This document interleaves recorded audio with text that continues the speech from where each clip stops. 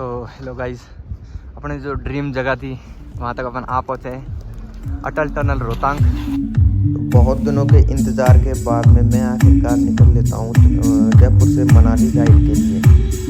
और थोड़ी 150 kilometre cover करने के बाद में मैं पहुँच जाता हूँ 152 एक्सप्रेस वे पर, जो कि सीधा चंडीगढ़ अम्बाला के लिए जा रहा है। वहाँ जाकर मुझे पता चलता है कि ये रूट बाइक के लिए अलाउड नहीं है।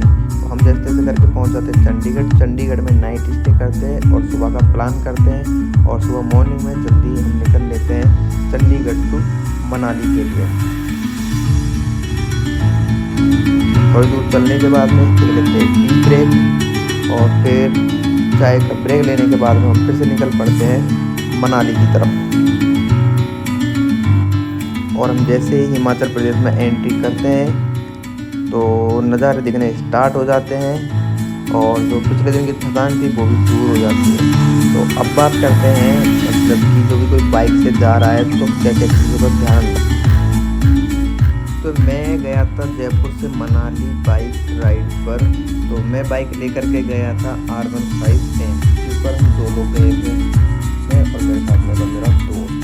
तो बाइक पर सामान कम से कम लेकर के जाएँ, क्योंकि मनाली में और मनाली तक रूट के बीच में बहुत सारी दुकानें पड़ती है, बहुत सारे पेट्रोल पंप पड़ते हैं, बहुत सारी पंचर की दुकानें, जगह जगह पर खाने पीने की चीज़ें और होटल है। तो इसलिए इन सब चीज़ों का एक्स्ट्रा वजन बाइक पर ना ले करके जाए। तो और हिमाचल प्रदेश में एंट्री करने के बाद में थोड़ी दूर कवर करने के बाद हमारी बाइक हो जाती है पंचर।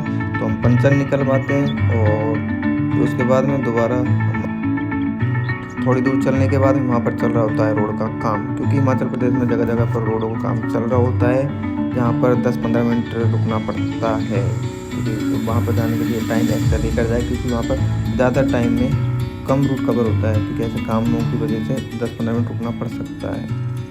अब पॉइंट नंबर 2, जयपुर से मनाली के लिए रूट कौन सा सेलेक्ट करें।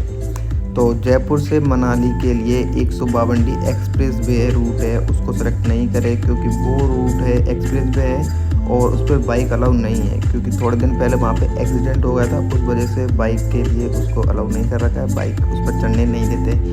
और गलती से अगर कोई बाइक लेकर चला जाता है उस रूट पर, तो पकड़ जाने पर 35,000 रुपये का चालान भी है। तो इससे बढ़िया है कि उसको अवॉइड करें और सीधा जयपुर से जाए सीधा दिल्ली, दिल्ली से पानीपत होते हुए, करनाल होते हुए सीधा चंडीगढ़ के लिए वो रास्ता जा रहा है। एकदम मस्त रूट है।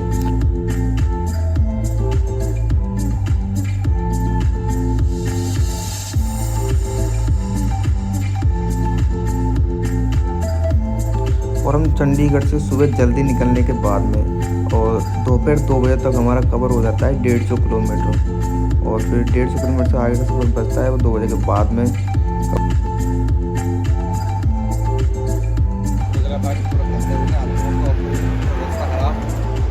अभी यहाँ से सीधा निकलेंगे मनाली में, मॉल रोड है, वहाँ पे नाइट स्टे करेंगे और फिर सुबह का प्लान कर देंगे।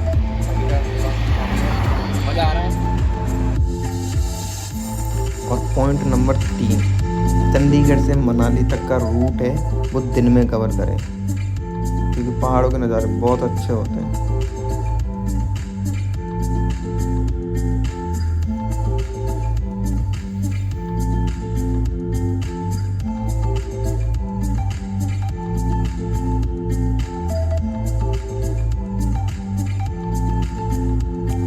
और जब मनाली 30 किलोमीटर बचता है तो बर्फ़ वाले पहाड़ दिखना स्टार्ट हो जाते हैं।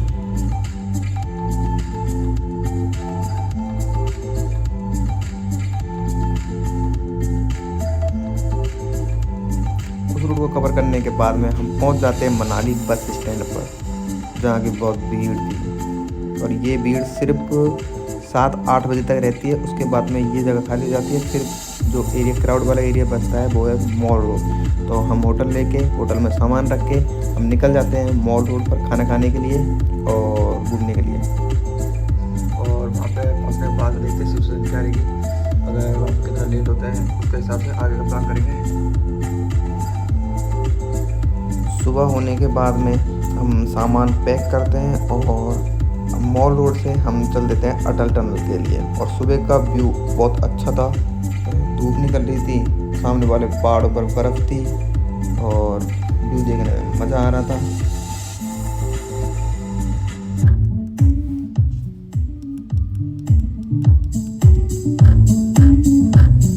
फिर हमें याद आता है कि हमने नाश्ता नहीं किया था, तो हम नाश्ता करने के लिए रुकते हैं और नाश्ता करते हैं। उसके बाद में पहुंच जाते हैं अटल टनल के पास में। जब पहाड़ पे बर्फ अपनी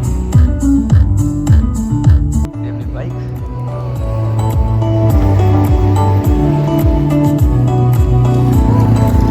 बाइकर्स आ रहे हैं।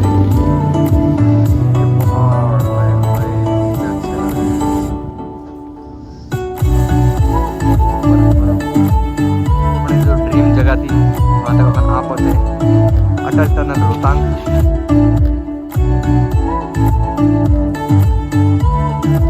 और मैं पहुंच जाता हूं अटल टनल पर, जो कि वर्ल्ड की सबसे लंबी टनल है, सबसे ज़्यादा हाइट पर।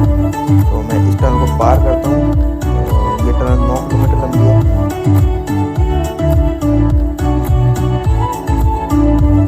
और इस टनल को पार करने के बाद नज़ारे चेंज हो जाते हैं, नज़ारे और अच्छे हो जाते हैं, बहुत अच्छा।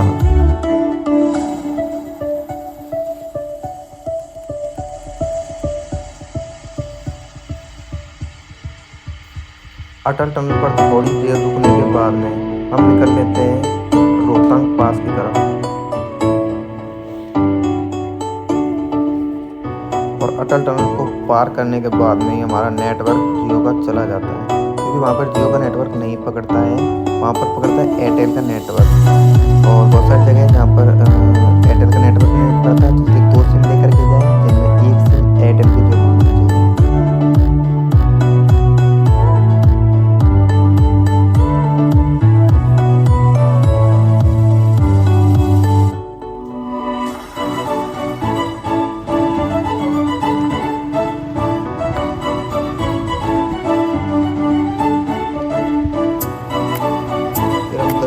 आगे चल करके एक जगह पर रुकते हैं थोड़ी देर, और उसके बाद में हम प्लान करते हैं कि यहाँ से यू टर्न लेते हैं।